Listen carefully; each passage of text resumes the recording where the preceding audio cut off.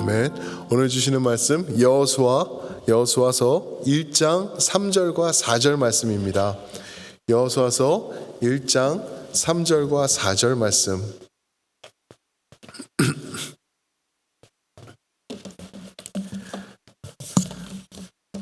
우리 찾으셔서 두 구절이니까 여호수아서 1장 3절과 4절 우리 함께 합독하시겠습니다. 시작. 내가 모세에게 말한 바와 같이 너의 발바닥으로 밟는 곳은 모두 내가 너희에게 주었노니 곧 광야와 이 레바논에서부터 큰 강 곧 유브라데 강까지 해쪽 석의 온 땅과 또 해지는 쪽 대해까지 너희의 영토가 되리라. 아멘. 오늘 말씀의 제목을 하나님이 그어주신 선이라고 제목을 지어봤습니다. 하나님이 그어주신 선. 어릴 때 국민학교였거든요. 제가 다닐 때는. 근데 초등학교라고 부르죠. 이제 초등학교 때 제가 어릴 때만 해도 아이들이 각 반마다 굉장히 많았어요. 그래서 60명이 넘었던 기억이 있어요. 그런데 이제 선생님들에 따라 다르지만 남자아이와 여자아이와 짝꿍을 만들어서 이렇게 앉혀주셨던 기억이 있어요. 그렇게 앉아서 공부를 할 때 특히 여자아이가 짝이 될 때는 더 심했던 것 같아요. 그게 뭐냐면은 책상 하나를 같이 나눠 쓰니까 이제 아무리 아이들이 작고 그래도 좁죠. 공책 올려놓고 책 올려놓고 책받침 그리고 지우개, 자, 펜 이런 거 연필 올려놓고 그러면은 자리가 작습니다. 그래서 이제 괜히 남자아이들 여자아이들 앉고 그러면은 이제 자리를 나누고 선을 긋고 그랬죠. 그래서 어렸을 때 기억나는 게 그 모든 책상들이 가운데 보면은 줄이 쫙 거져 있었어요. 나무 책상이니까 선배들부터 그랬던 것 같아요.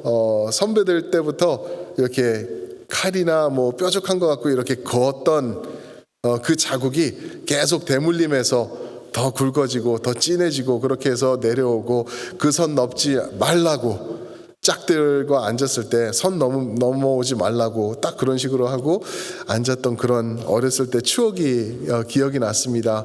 오늘 말씀을 보니까 그 기억이 난 게 왜 그러냐면은 하나님께서 선을 그어주시는 장면이 바로 오늘 말씀이에요. 하나님께서 동서남북으로 이제 선을 그어주시는데 3절에서 하시는 말씀이 너의 발이 밟는 모든 땅을 너에게 주리라 그러셨어요. 그리고서는 4절에서는 선을 그어주세요. 좀 앞뒤가 안 맞는 느낌? 내 발이 밟는 모든 땅을 나에게 주리라도 아니라 이미 주었노니라고 또 말씀하시거든요. 그러면은 저의 생각 같으면은 무조건 가나안 땅 들어가서 땅 밟기를 해야 되겠구나라는 생각이 제일 먼저 들 것 같아요. 저는 그냥 막 밟고 다니는 거예요. 내가 밟는 땅 주셨다고 약속을 하셨으니까 막 밟고 다니면서 내 땅을 찜해 놓는다 그러죠. 그러면서 여기저기 동서남북 다 해놓으면은 다 내 땅이 되지 않을까 그런 생각이 있는데 4절에서 하나님께서 마치 slow down 그러시는 느낌?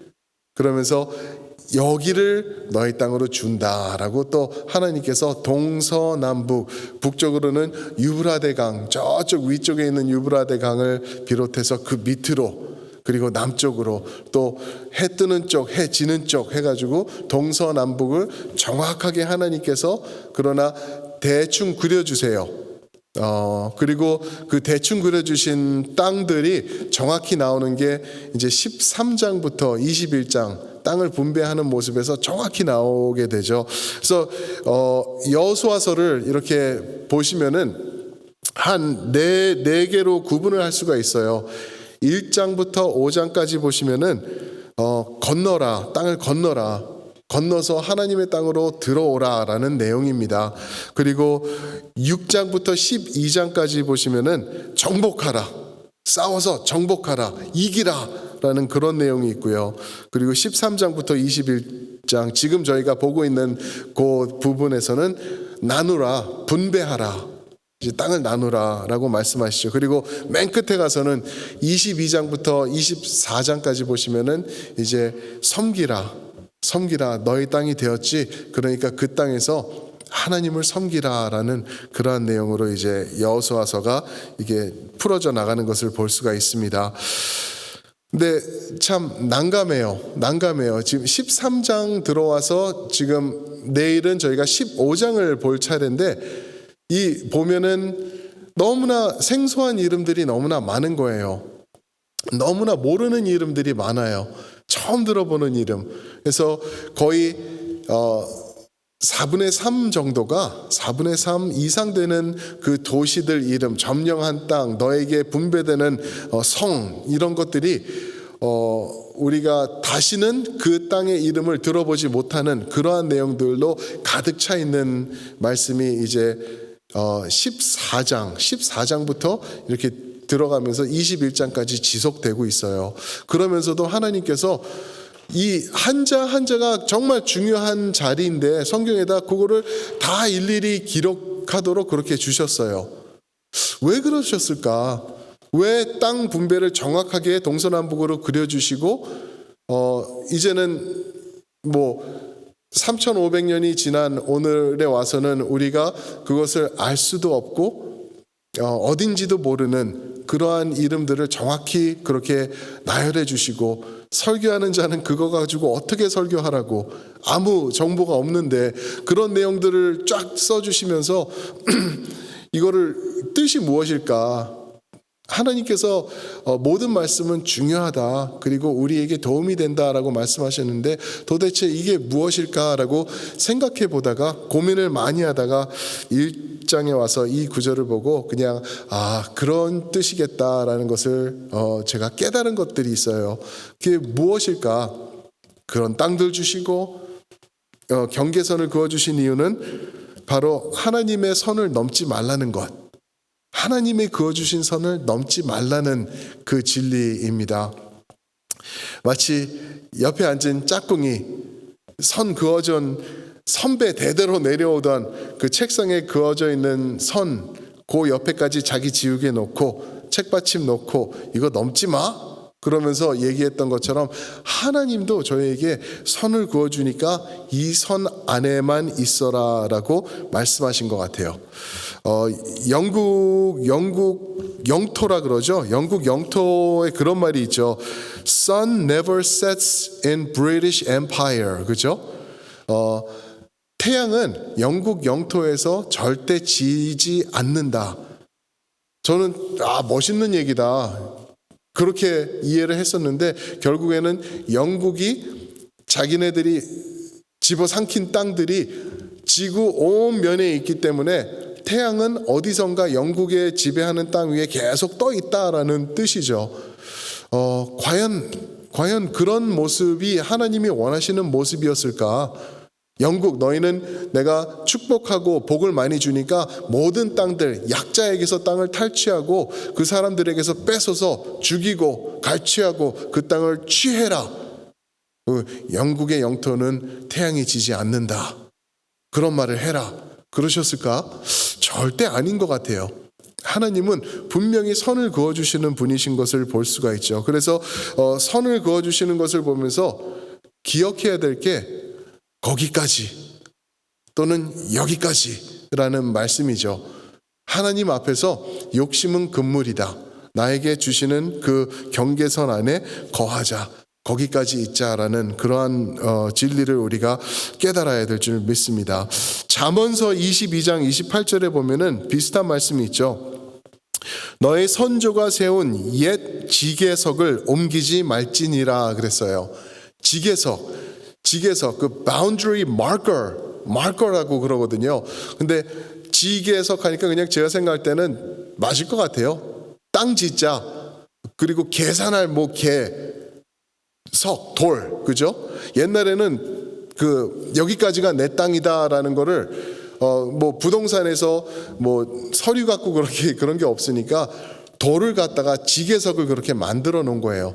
여기다가 돌을 모아서 이렇게 쌓아놓고 여기까지가 내 땅, 또 저쪽에 보이는 저쪽 지게석까지 거기까지가 내 땅이라고 했는데 이제 4등분 해가지고 정확히 스퀘어가 있어요. 네모가 있는데 그거를 4등분해서 보면은 여기 가운데 있는 지게석을 내가 조금만 옮겨 놓은 거예요. 좀 더 그 45도 각도로 옮겨 놓으면은 여기에 따라오는 땅은 굉장히 넓어지는 거죠. 말할 수도 없이 넓어지는 거예요. 누가 봐도 눈속임밖에 되지 않는, 잘 자세히 보지 않으면은 알지도 못할 만큼 지게석을 조금만 옮겨놔도 나는 남의 땅을 훔치고 내 소유가 되고 내가 가질 수 있을 정도로 더 늘려갈 수 있다라는 거죠. 그래서 하나님이 하시는 말씀이 선조가 세운 옛 지게석을 절대 옮기지 마라. 하나님의 말씀, 그 법 중에 하나라는 거죠. 속이고 갈취하고 욕심 부리지 말라라는 그러한 말씀의 내용을 저에게 주고 계시는 것입니다. 그래서 저희가 여호수아서를 보면서 나아갈 때 이제 땅을 분배하는 모습에서 많은 내용은 없어요. 계속 누가 어느 땅을 받고 누가 어느 땅을 받고 그 안에서 생겼던 크고 작은 갈등, 그리고 소망하는 것, 이런 것들 몇 가지만 나오는데, 그런데 그 가운데서 우리가 기억해야 될 것은 하나님이 선을 그어주셨구나. 그리고 이렇게 말씀을 통하여서 두 번 다시 나오지 않을 이름들까지 조목조목 말씀하시는 것은 여기까지라는 것을 말씀하고 계시는구나라는 것을 우리가 깨달았으면 좋겠습니다. 또 하나, 하나님께서 그어주시는 선을 보면서 우리가 기억해야 될 게 여기까지 왜 오게 되었는지를 기억하라는 진리가 또 거기 들어있을 것 같아요.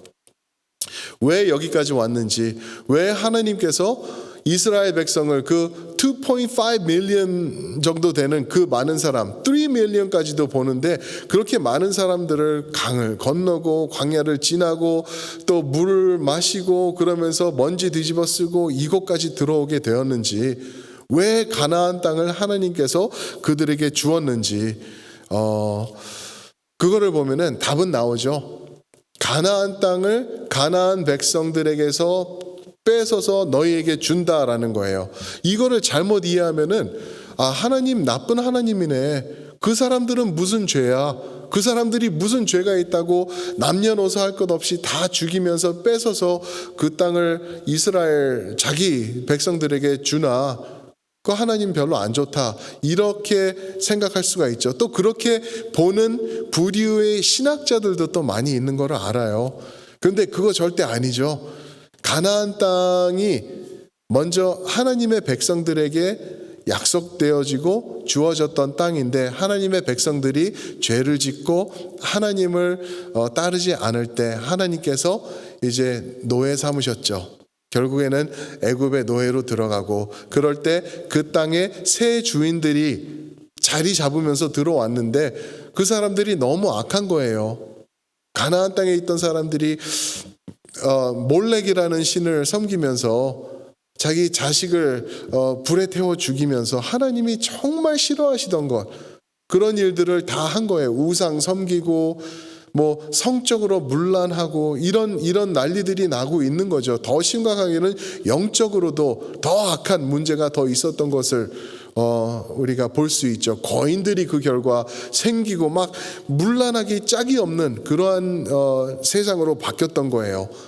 그래가지고 하나님께서 여기까지다, 내가 나의 사람들을 거기다가 다시 집어넣으면서 그들에게 옛날에 주었던 땅을 다시 한번 갖게 하고 그 땅에 있던 악을 제하여 버리리라 라고 말씀하신 거죠.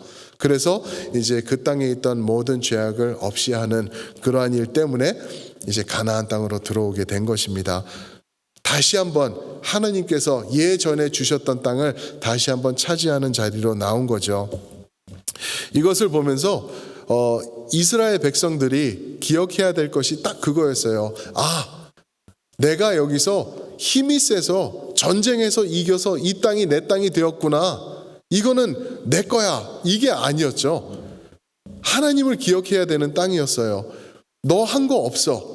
와가지고 네가 조용히 있을 때, 아무것도 못할 때 내가 너를 보호하였고, 또 성들을 무너뜨려 줬고 태양까지 멈춰가면서 너를 이끌었고 이 자리까지 온 거야. 내가 너에게 준 거야 라고 하나님께서 말씀하시는 거죠. 이것을 우리가 이 두 가지 진리를, 그 하나님의 선을 넘지 말란 것, 욕심 부리지 말란 것, 그리고 여기까지 왔다는 이유, 그것을 우리가 기억해 볼 때 명확한 것 같아요. 하나님을 기억하면서 나의 욕심을 앞세우지 않는 것, 그게 여호수아에 드러난 이 땅 분배를 통해서 또 저에게 보여주시는 진리가 아닌가 우리가 생각해야 될 것입니다. 욕심은 금물, 욕망, 사심, 이것은 금물이고요. 오직 하나님 앞에 전적으로 매달려서 이 땅을 나에게 주신 여호와 하나님은 하나님의 뜻대로 이 땅에서 이끌어 나가고 하나님의 뜻을 이루라고 나에게 이 땅을 주셨구나라는 것을 우리가 깨달아야 될 것입니다. 그 독일 심리학자 중에 무신론자 심리학자가 있었어요. 에릭 프롬이라는 사람이 말을 한 건데요. 인간의 욕심은 끝없는 구덩이와 같다. 절대 그 무엇으로도 채워지지 않는다라고 얘기를 했어요. 그래서 bottomless pit이라는 말을 썼어요. bottomless pit. 우리의 욕망, 내 욕심, 내 안에 채우고자 하는 것. 그것은 끝이 없고 그 무엇으로도 채워지지 않는다. 우리가 그거 많이 보죠. 그죠? 나는 욕심이 없다라고 나는 생각하는데 진짜 부자들을 보면은 난리가 나는 것 같아요. 뭐 세계 1위, 2위 이런 사람들, 뭐 부자들이 미국에 다 있다 그러죠. 그런 사람들 그렇게 많은 재산과 그걸 가졌는데 계속 그 사람들 부리면서 일하면서 돈을 벌면서 욕심이 채워지지 않아서 계속 그렇게 나가는 것을 우리가 볼 수 있죠. 끝없는 구덩이다. 나의 욕심은 끝없는 구덩이다. 근데 성경에서 보면은 이 무신론자가 한 말이 정확해요. 요한계시록 9장 1절과 2절에 보면은 끝없는 구덩이를 얘기를 하고 있어요. bottomless pit이라고 나오는데 무엇을 bottomless pit, 끝없는 구덩이라고 얘기를 하냐 하면은 바로 지옥입니다. 지옥을 말할 때 끝없는 구덩이다. 나의 욕심은 결국 지옥의 모습밖에 될 수 없다라는 것을 우리가 간접적으로 또 깨달을 수 있을 것 같아요. 그래서 우리는 이 땅을 살아가면서 하나님의 백성으로서 내 욕심을 채우려고 사는 게 아니라 하나님의 뜻을 채우고 하나님의 뜻대로 하나님이 그어주신 선 안에서 만족하며 그분만을 바라보며 살아가는 것이 성도의 모습입니다. 시편 107편 9절에 제가 좋아하는 말씀 중에 하나인데 이런 말씀이 있습니다. 그가 사모하는 영혼에게 만족을 주시며 줄인 영혼에게 좋은 것으로 채워주심이로다. 아멘. 사모하는 영혼에게 만족을 주신대요. 이 끝없는 구덩이인데 이 나의 끝없는 욕망과 갈망과 이 욕심 계속 죽이면서 남 아프게 하면서 여길 채워나갈 이 마음에 만족을 주신대요. 하나님이 사모하는 영혼에게. 그러니까 내가 이 땅을 살아가면서 내가 만족할 수 있는 길은 오직 여호와 하나님 그분이다라는 것을 우리에게 말씀해 주고 계시죠. 그리고 줄인 영혼에게 좋은 것으로 채워주심이로다. 배고픈 영혼이죠. 줄인 영혼에게. 우리 주 목사님 수요일날 그 생명의 떡 말씀하셨는데 그 줄인 영혼, 나에게 만족으로 채워주심이 있는 것은 오직 나의 주인 되신, 나의 마음의 주인 되신 예수 그리스도가 꽉 차 있을 때, 채워질 때, 그때 만족이 내 삶에 넘치게 될 줄 믿습니다. 사랑하는 성도 여러분, 하나님이요 선을 그어주셨어요. 우리 모두에게. 근데 가끔씩은 이 선 건너편에 있는 다른 사람의 땅이 좋아 보일 때가 있더라고요. 영어에도 그런 표현이 있죠. Grass is always greener on the other side. 그 잔디는 항상 저쪽 집 잔디가 내 잔디보다 더 이뻐 보인다. 그런 말이죠. 맞아요. 그게 인간의 욕심의 그 뿌리가 거기에 있는 것 같아요. 그래서 우리는 잔디를 보면 안 되고요.